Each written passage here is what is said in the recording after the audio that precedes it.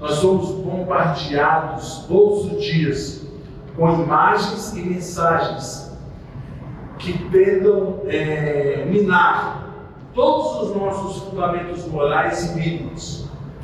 Não há mais a verdade bíblica como fundamento de sociedade, né? Como eu estava vendo uma mensagem de semana, né, do nosso querido lá, Dias Lopes, aquele texto, removido dos fundamentos que falam o justo. Acreditamos justamente o hedonismo, a busca do prazer, pelo prazer. A igreja está sendo impactada por um cristianismo nominal, pela uma superficialidade da análise das Escrituras, pelas preocupantes consequências do Evangelho da prosperidade, que ensina que o Evangelho é para nos dar uma vida melhor, mais confortável, para que nós apenas tenhamos uma vida boa, próspera, alegre nessa terra. Devemos responder com uma resposta profética e crítica da igreja, que nos chama à autenticidade bíblica e à integridade. Devemos chamar os cristãos a um nível mais profundo de arrependimento, de renovação pela palavra de Deus e de discipulado. Isso é uma realidade. Para nós enfrentarmos essas mudanças, nós temos que nos apegar à palavra de Deus, nos apegar à verdade, nos apegar à santidade. A outra realidade que nos alertaram lá em Lausanne, a realidade do Islã. Não podemos fazer vista grossa aquilo que está acontecendo, porque o Islã é uma fé missionária com uma visão global e tem uma estratégia muito deliberada. A missão e o impacto do Islã estão se espalhando para além do mundo árabe para influenciar de maneira significativa as universidades, os governos na África, na Europa, na Ásia e nas Américas. Nós estamos longe desse perigo. A igreja deve desenvolver uma atitude igualmente estratégica e deliberada que nos permita viver o Evangelho na sua fidelidade.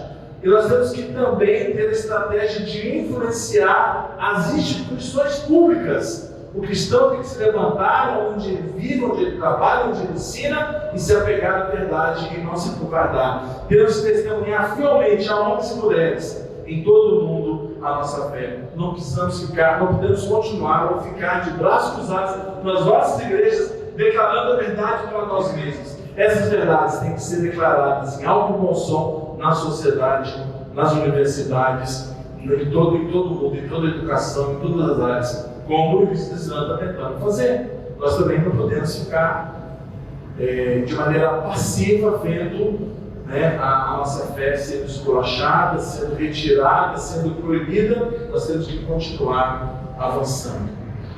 Outra realidade é o mundo globalizado, onde tem megacidades, gente indo de todo lado para todo lado, chamado de diáspora, pessoas saindo das suas terras, indo para outros locais, as novas tecnologias, a internet, as redes sociais, uma corrupção generalizada e sistêmica na política, um futuro incerto para uma próxima geração. São apenas uma amostra dos desafios, mas também das oportunidades que o mundo globalizado nos traz. E esse mundo globalizado exige que estabeleçamos novas prioridades para a evangelização do mundo. Com todas essas dificuldades, a globalização também trouxe a possibilidade do Evangelho chegar onde ele não chegou antes, de maneira impactante. Esse 5G, nova tecnologia que leva a internet aos mais remotos do mundo, também vai levar em si a palavra de Deus. Temos que aproveitar a globalização para globalizar a nossa fé. Nós temos que também estar atentos à destruição do nosso planeta. Não podemos apenas esperar de braços cruzados a nova terra e não cuidar do nosso planeta enquanto estamos aqui. Temos que ter um testemunho profético. Precisamos nos identificar com a dor dos que sofrem, indivíduos, famílias, comunidades e nações. Não apenas devemos nos conectar a eles com uma empatia, com um quebrantamento, mas também devemos ser as pessoas de esperança que pregam a reconciliação, enfatizando o tema central da cidade do Cabo, lá no terceiro congresso de Lausanne, em 2010, que era Deus em Cristo reconciliando o mundo para si mesmo. E por último, mudanças sísmicas do cristianismo global. Há um tempo atrás, a própria situação levava os cristãos a serem fechados em guetos. Eu fui da época em que a gente olhava para o presbiteriano e falava assim, é crime, né? E também era um crime longe, distante, e questionava-se se ele era realmente salvo, crente, e cada um no seu gueto julgando a assembleia, o outro, né? Sempre achando que ele estava com a mais pura verdade. Mas hoje não é uma tolerância religiosa, mas é um entendimento que para a evangelização do mundo, nós somos como aquelas 12 tribos de Israel que se uniram para guerrear. Eles podiam ser diferentes entre si, mas na guerra eles se uniam. Diferente de tudo que foi possível nos 20 séculos anteriores, agora, à medida que nós nos relacionamos com respeito, podemos reconhecer que Deus nos chamou para sermos um nele.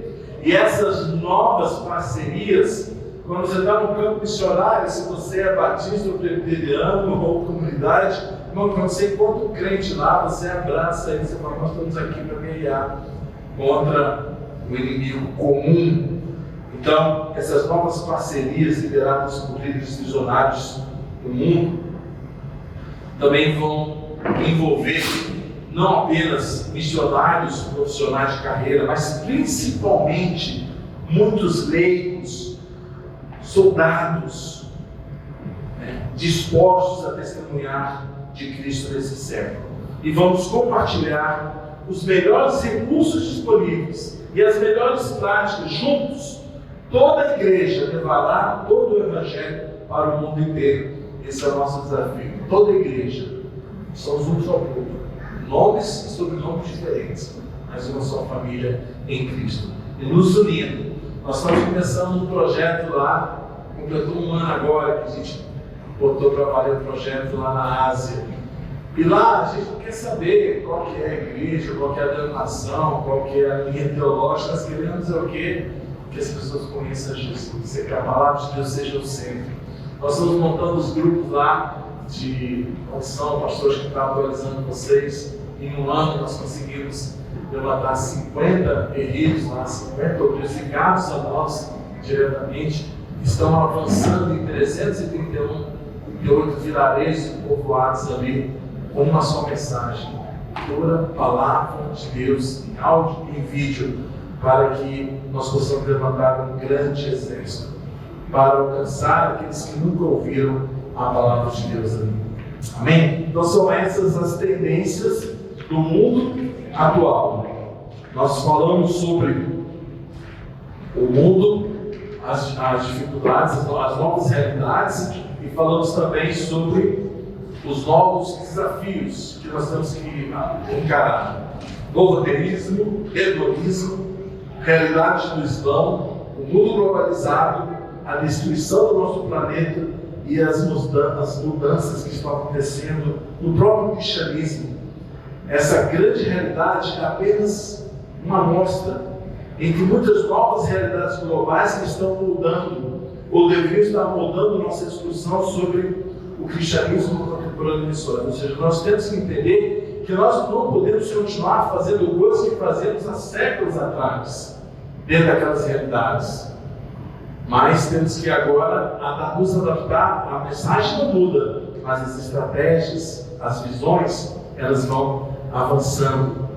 Como é que essas novas realidades globais impactam a forma como nós entendemos missões cristãs hoje? Como é que devemos abordar as missões, sabendo que missões não são mais simplesmente o Ocidente para o resto, mas de todos os lugares para todos os lugares? São duas perguntas que eu gostaria que nós pensássemos um pouquinho agora. Não sei, pastor, se tem um microfone disponível para a gente liberar para as pessoas. Se quiser usar esse, eu fico ligado, né? Mas eu estou fazendo duas perguntas e eu quero que você participe com algumas respostas aí. Eu perguntei para você: Como é que essas novas realidades globais, mundo globalizado, realidade distante, destruição do planeta, mudanças no cristianismo, desafio do ateísmo, impacto com a sociedade hedonista que busca o prazer, como é que essas realidades impactam a maneira como nós entendemos as nossas missões, as missões cristãs hoje? E como é que nós encaramos o fato de que há século atrás, quando pensava em missões, pensava nos Estados Unidos, Grã-Bretanha, Europa, mandavam fazer missões. Nós recebíamos missões. E agora não é mais assim. Agora, missões é do mundo todo para o mundo todo.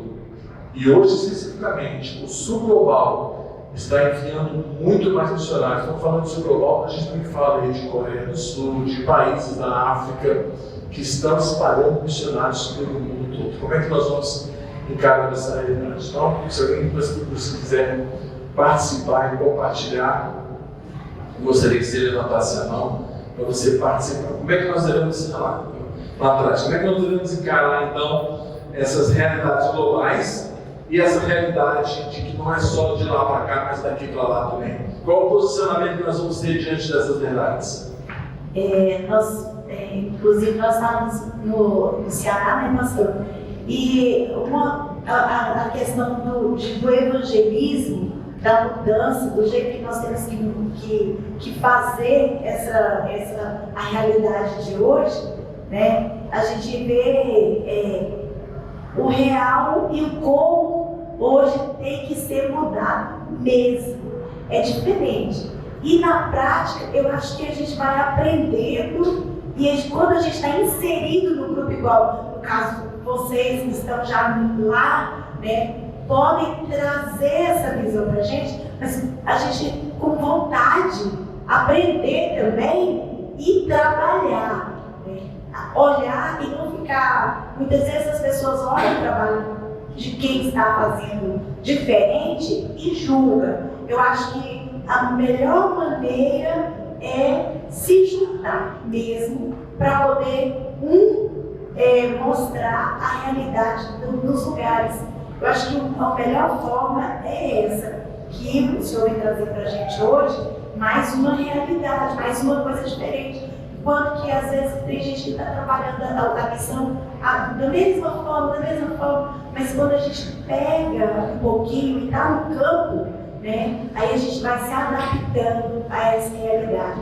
E essa questão de antes a gente recebia missionários para poder trabalhar aqui, né, é até bom, né? Hoje a gente vê que nós somos um campo missionário, mas nós também enviamos missionários. Isso é lindo, é sinal que o trabalho funcionou antes e continua funcionando, porque nós estamos mandando e recebendo. Mas temos que ter também o cuidado, né, de não participar daquilo que não é bom e ver a palavra de Deus sendo falada verdadeiramente. Amém. Glória a Deus. Isso aí, irmãos. Alguém tem mais alguma participação sobre o entendimento? Dá para perceber que as coisas estão mudando. Se você vê em 1900, o Brasil era um país que não era alcançado.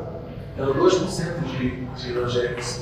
Então é necessário a vinda de missionários, de missões, de investimento, e aí em 70 anos o Brasil chega a 5% de crentes, por causa do investimento. E esse investimento ele multiplica. Em 20 anos, na década de 90, com o primeiro com o IBAN, já estava chegando a 10%. E por 10% de cristãos, o Brasil começou a ser um país enviador. A pessoa fala, vamos mandar missionário para o mundo todo. Chegou em 2010, já estava com 23% de cristãos. Está aumentando. Mas a realidade de que antigamente vinham muitos americanos para cá, estão indo embora.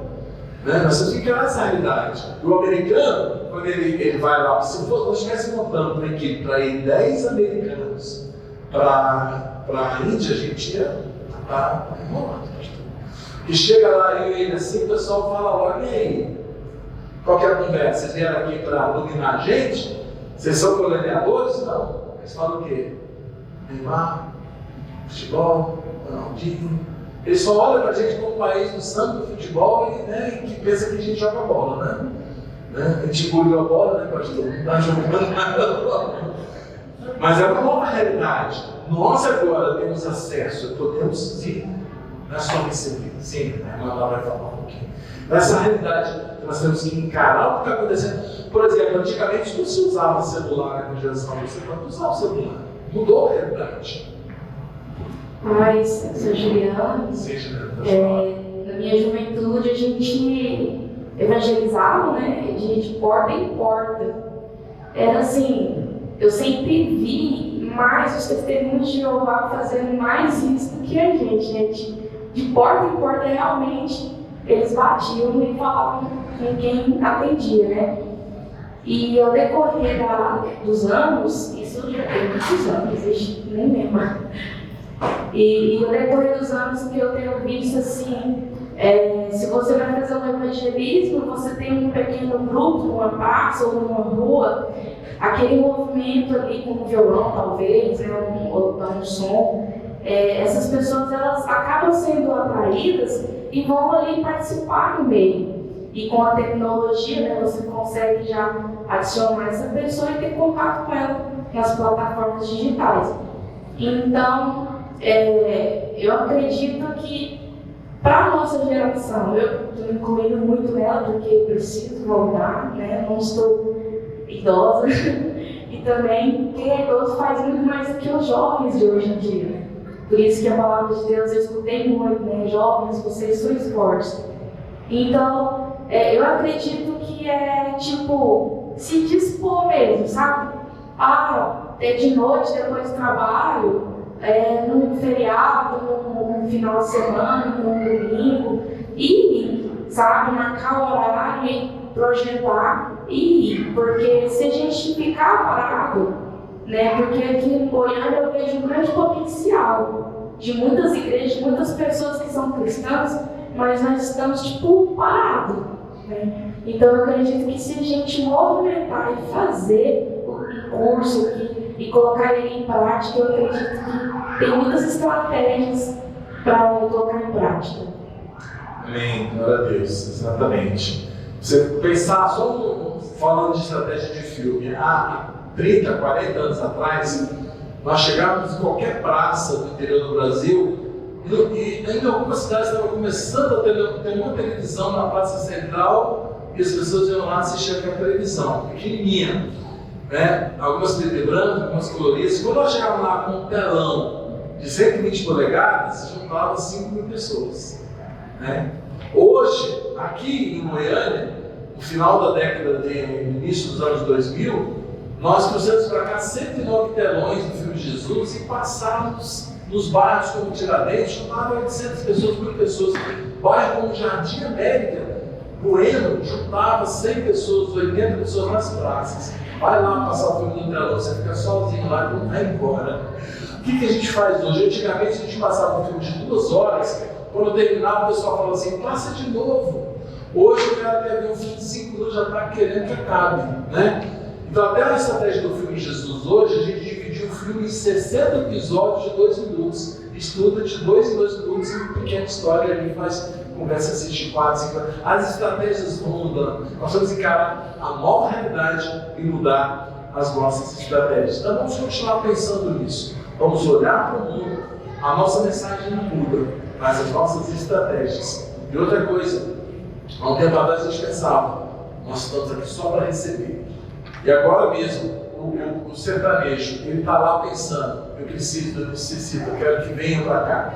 E eles estão começando a pensar, não, nós podemos ir, porque o Evangelho chegou até a cidade, mas não chegou até os povoados. E quem é que vai nos povoados é o povo da cidade lá. A cidade que há 10 anos, 5.000 habitantes não tinha uma igreja, hoje tem uma igreja lá com 40, 50, 100 pessoas. Mas ao redor tem 40 micropovoados que não tem igreja.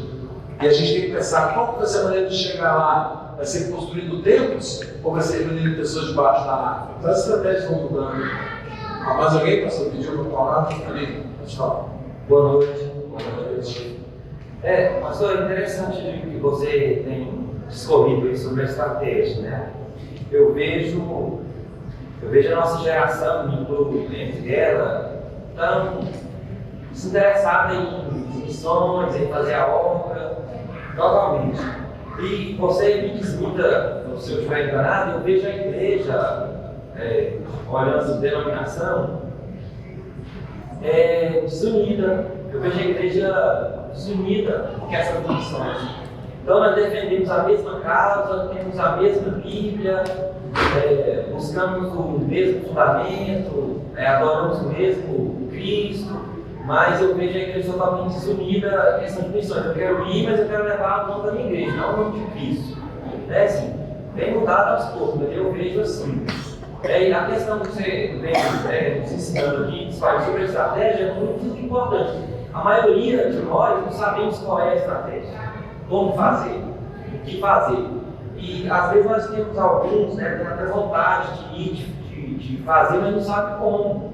Então assim, é muito importante que as instruções que o senhor tem trazido, que está trazendo, mas eu vejo essa geração tão forte ligada ao hedonismo, totalmente, principalmente os cristãos, né? Totalmente. Então assim, eu esqueço a minha missão, eu esqueço para aquilo que eu levantei a mão e que eu me comprometi em levar o Evangelho, em servir esse Cristo ressurreto, em ser o servo dele. Eu começo ali com aquele fogo, aquela amor ardente que vai se esfriando, e eu não vou percebendo isso. E busco o prazer que o mundo vem trazendo. Eu não estou dizendo prazer carnal, físico, não tem prazer disso. Uma vida boa, né? É isso, A grande tentação hoje é você usufruir a graça, né? É tão bom ser crente, eu vou ter uma igreja boa, é tão bom, né? A tentação hoje eu estou salvo, vou usufruir a minha salvação, né? E paz e alegria, né? Jesus está tudo muito bom, deixa eu ter uma vida boa aqui. Essa é a tentação. Irmãos, nós vamos para a segunda parte da nossa aula, vamos encerrar às 9h30. Eu gostaria de fazer um pequeno comentário sobre essa Bíblia missionária de estudo da sociedade bíblica, tá? Eu creio que até o final do curso você deveria ter no coração o desejo, pelo menos, de adquirir uma. Não vou ver quando é que você vai a sociedade bíblica. Na próxima aula, talvez eu traga aqui para vocês, para a gente fazer um pedido, que é muito bom. Ela vai mostrar que a Bíblia é um livro de missões, né? Você vai ver em cada capítulo, em cada versículo, o nosso Deus como um Deus missionário. Então ela tem muitas ferramentas para realmente o nosso coração estar impactado. Eu creio que tudo começa na base. E a base é a teologia. A base é o entendimento da Bíblia sobre missões. Então a gente não entende o nosso Deus como um Deus missionário, não temos uma base bíblica de missões e por isso não temos a boa prática missionária. Por isso nós precisamos fortalecer a nossa teologia bíblica. Um estudo das missões cristãs pode certamente se beneficiar de conhecimentos de sociologia, antropologia, economia, história, ciências sociais são importantes. Essas disciplinas elas ajudam a iluminar, a perceber essas novas realidades globais que nós vimos, né, no momento anterior. No entanto, no final, as missões cristãs elas não podem ser fundamentadas, elas não podem ter fundamento em nenhuma dessas disciplinas. Você não pode fundamentar a missão cristã na sociologia, na antropologia, na psicologia, em nenhuma dessas disciplinas. Na verdade, se o nosso estudo das missões cristãs se concentra apenas nesses aspectos pragmáticos que essas ciências nos abrem os olhos, ou aspectos culturais ou estratégicos, nós não vamos conseguir penetrar no âmago, no cerne, no centro das missões cristãs. Porque no centro das missões cristãs estão a verdade bíblica, a teologia, a doutrina, a ortodoxia, as escrituras e aquilo que o Deus vivo se revelou entre Israel e Jesus, o Verbo feito carne.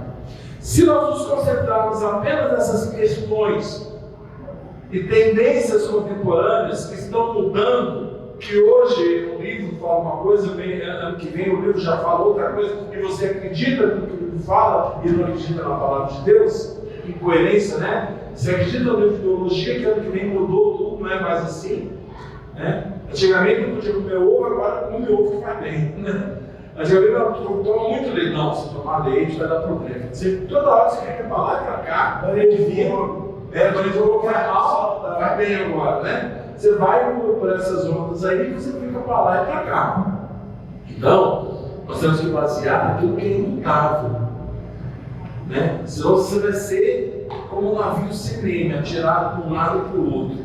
Portanto, esse curso, ele procura se basear numa visão verdadeira e bíblica do Deus missionário, que eles e aquilo que Deus se revela sobre missões cristãs na Bíblia. Então, o que interessa para a gente é o que eu acredito. Por isso, o nosso livro de texto não é um livro de antropologia, de sociologia, de psicologia, de nenhuma dessas ciências sociais. Nosso livro de texto é a Bíblia. Nós vamos ver o que a Bíblia diz sobre isso. E a partir desse centro, deve partir qualquer conversa e qualquer orientação prática final. Uma definição útil para entender melhor o que significa a missão de Deus. Nós queremos agora entender essa missão de Deus. No livro Missio Dei, Jorge Fisselon, ele diz que a Missio Dei, é um termo falar missão de Deus, é a obra de Deus através da qual tudo o que Deus tem em mente, ou seja, a salvação do homem, a plenitude completa do seu reino, a redenção que ele está efetuando, tudo aquilo que é oferecido aos homens por meio daquele que ele enviou, para que os homens, libertos do pecado e removidos do outro reino, saindo do reino das trevas, possam novamente entrar plenamente na comunhão com ele. Isso é que é a missão de Deus. E John Piper explica no seu livro Alegre-se os Povos, o que ele diz também ao título desse curso, ele diz o seguinte: minha paixão é ver pessoas, igrejas, agências missionárias e ministérios sociais tornarem-se centrados em Deus.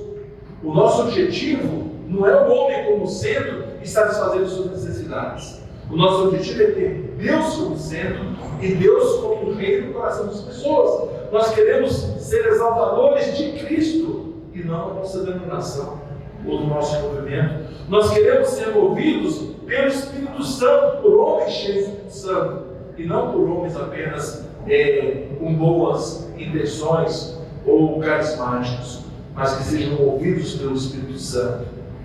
Homens que estejam satisfeitos em Deus, homens que estejam saturados com a Bíblia.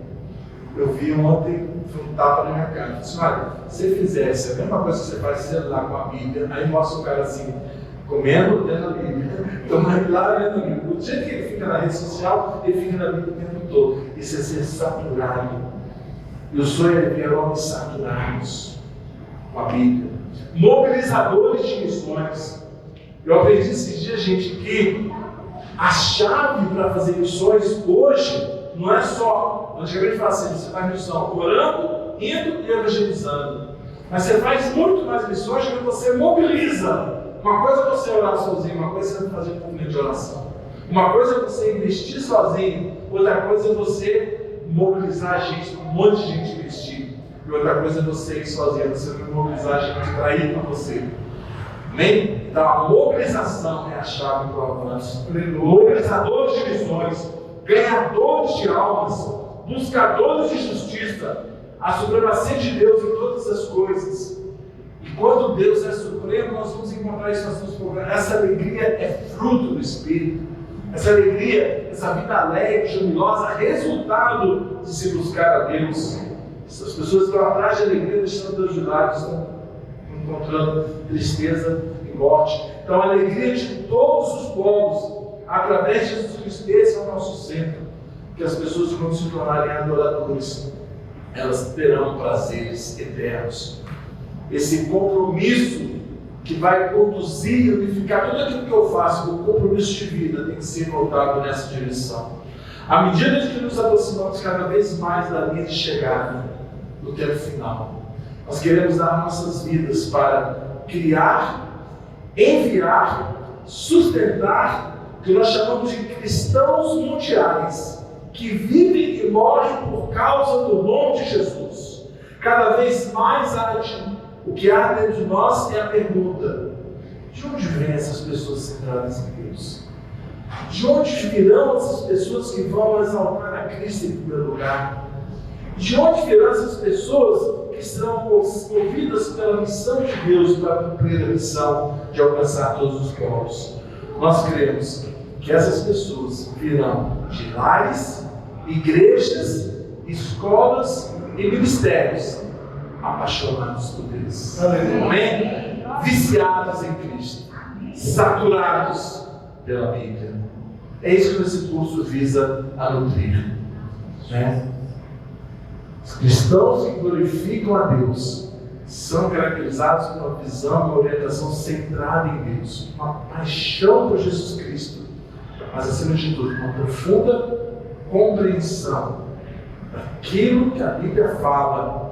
E o objetivo desse curso é participar dessa criação e dessa sustentação desse tipo de cristão apaixonado pela palavra de Deus, que sirvam como remetentes aqueles que enviam missionários, ou mesmo que sejam aqueles que irão aos campos. Também, quando nós vemos igrejas que buscam fazer missões centradas no homem, vão atormentar as discussões sobre missões cristãs com coisas periféricas. O ponto de partida das missões sempre tem que ser a missão de Deus, por que Deus veio, para que Ele veio. Ele veio buscar e salvar o perdido. As missões devem, primeiro e acima de tudo, ser sobre o que Deus está fazendo no mundo. Então, missões é tarefa de Deus, é Ele que está realizando, e a gente tem encarado missões sobre o que nós estamos fazendo.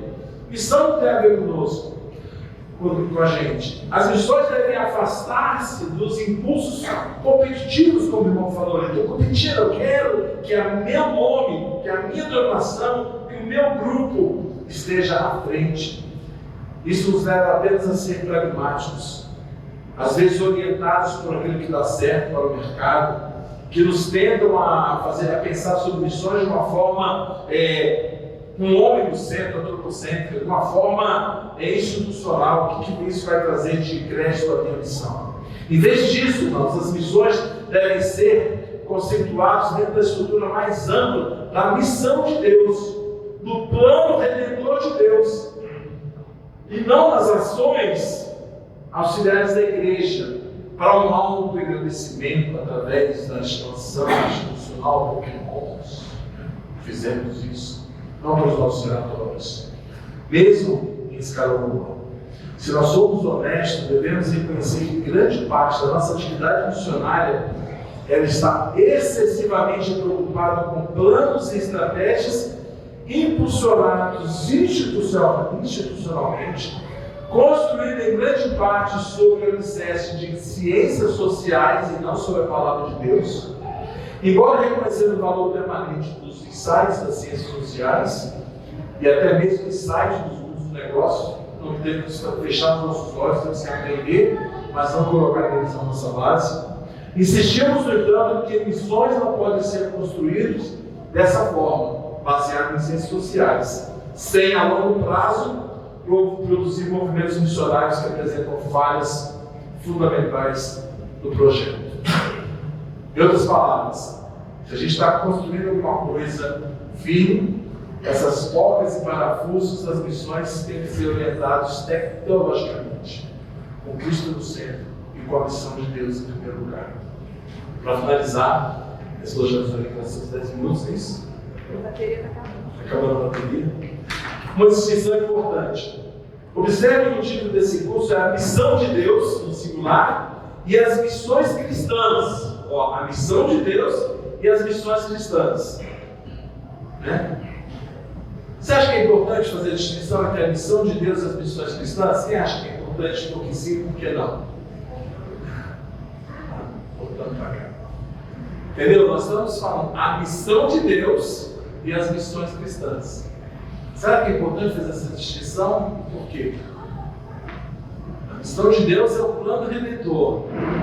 As missões são o que nós fazemos. Certo? É o nosso agir. Elas são desconectadas se nós não entendemos a missão de Deus, sim.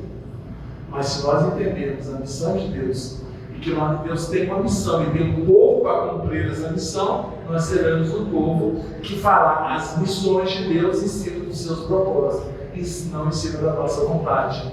Eu gosto de fazer isso. O importante é que você gosta de fazer o que Deus ordenou você a fazer. A palavra missão ou missões, como uma referência a que nós entendemos hoje, que é a pessoa compartilhando sua fé ao redor do mundo, para expandir a igreja com tema de missão, é uma tarefa relativamente, uma aplicação recente dessa palavra. Foi no século XVI que os jesuítas, pela primeira vez, começaram a usar o termo missão em referência a pregar o evangelho às pessoas que não eram cristãs. Então, tem coisa aí de 500 anos para cá que começou a usar o termo missão, missões, como o que nós fazemos. Até então, a missão era usada exclusivamente como referência à doutrina da Trindade, isto é, ao envio, o Pai envia o Filho, e o Espírito Santo, pelo Pai, pelo Filho, em suma. A palavra missão era originalmente sobre Deus e a iniciativa redentora dele. Podemos entender? Até 500 anos atrás, quando falava em missão, você pensava em Deus. A missão de Deus, o Filho de uma missão, vir resgatar o perdido. Então, essa missão era usada exclusivamente como referência à doutrina da Trindade. Era originalmente sobre Deus e sua iniciativa redentora. Não era usada como missão, missões sobre nós, o que nós estamos fazendo. Nós alteramos o sentido da palavra. Contudo, no uso popular dentro da igreja, parece que o termo missão agora se refere quase exclusivamente às diversas tarefas daquilo que a igreja está realizando. Quando você pensa em missões, você pensa em o que nós estamos fazendo. Não é isso? Agora, essa palavra migrou lentamente de uma conotação teocêntrica, de um entendimento que era sobre Deus e a sua tarefa, para uma visão sobre nós, sobre o homem e o que o homem está fazendo, ou seja, antropocêntrica. Em outras palavras, há uma diferença vital entre uma palavra que é aplicada principalmente à Trindade e à vida interior da ação de Deus. Missão é a iniciativa de Deus. Missio Dei, nosso Deus está em missão. E agora nós temos uma palavra que é entendida como se referindo aos esforços humanos e às ações da igreja. Nesse curso, a palavra missão, se nós falarmos missão, nós estamos falando sobre a iniciativa histórica redentora de Deus. Por isso que é a missão de Deus, é a iniciativa histórica e redentora de Deus sobre sua criação. Missão é, antes de tudo, sobre Deus e a sua redenção e seus propósitos e iniciativas de Deus no mundo, independente de quaisquer ações ou tarefas ou estratégias ou iniciativas que a igreja pode empreender. Então, para ser mais claro, a missão é mais sobre Deus e quem Ele é do que sobre nós e o que nós estamos fazendo. Então, quando eu falo assim, a missão de Deus, estou falando sobre o plano de redenção. Agora, ao nos concentrarmos na missão de Deus no mundo, nós não estamos negligenciando nem denegrindo a missão da igreja local ou a participação de qualquer indivíduo nas missões mundiais. Em vez disso, o que defendemos é que é vital reconhecer essa relação entre a atividade missionária de Deus e a nossa atividade, para ser uma continuidade, para ser nós executando o plano de Deus. Estamos argumentando que missão é sobre Deus e por Deus, mais do que sobre nós e o que nós estamos fazendo. Vamos terminar lendo a definição de missão e missões. A palavra missão deriva do latim mito, enviar, e missio, enviando.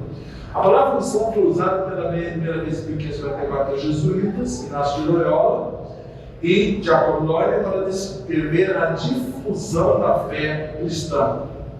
Loyola escreveu em 1538: Por missão quer dizer viagens e empreendimentos realizados de cidade em cidade por causa da palavra. Então ele redefiniu o termo missões.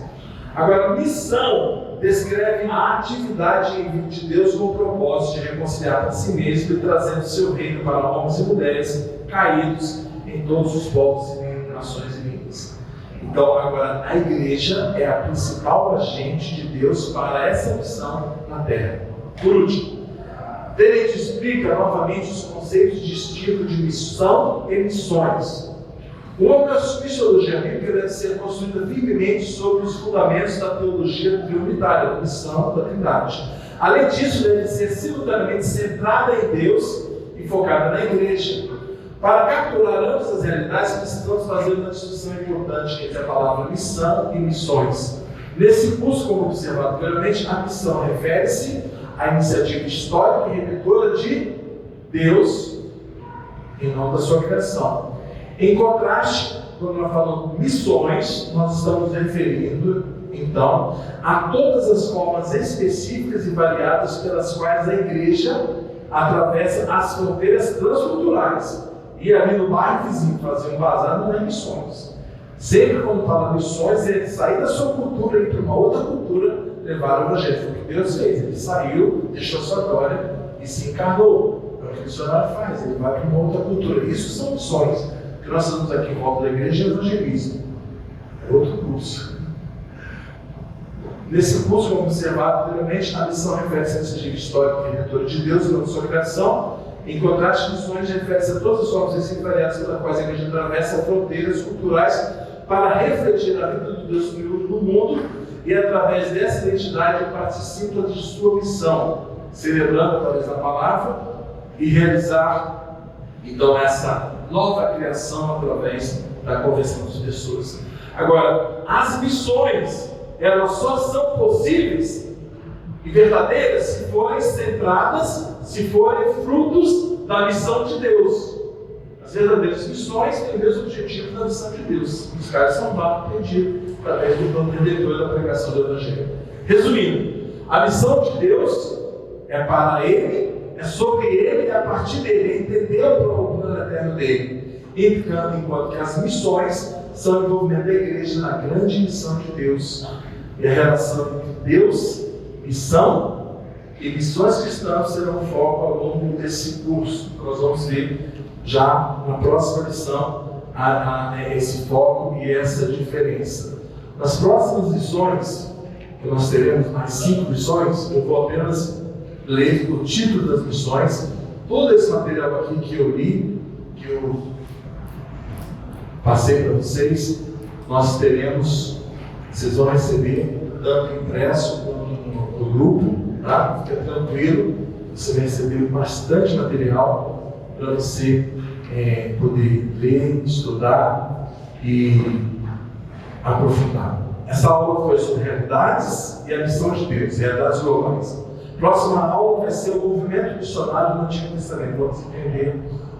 Depois teremos o envio do Filho da sua igreja, a única salvação para todas as nações, como o reino avançará no mundo e o Deus soberano dos frequentadores e dos remitentes. Amém? Vamos orar. Pai, muito obrigado por essa primeira aula, por esse primeiro momento de aprendizado, que possamos nos comprometer e nos aprofundar para que essa palavra transforme a nossa prática. Que sejamos realmente o povo enviado, o povo em missão, o povo que faz a missão de Deus. Em nome de Jesus. Amém. Glória a Deus, nos abençoe a todos. Obrigado a você que nos acompanhou aí, ou que vai assistir depois que nós postarmos nas redes sociais. Pastor?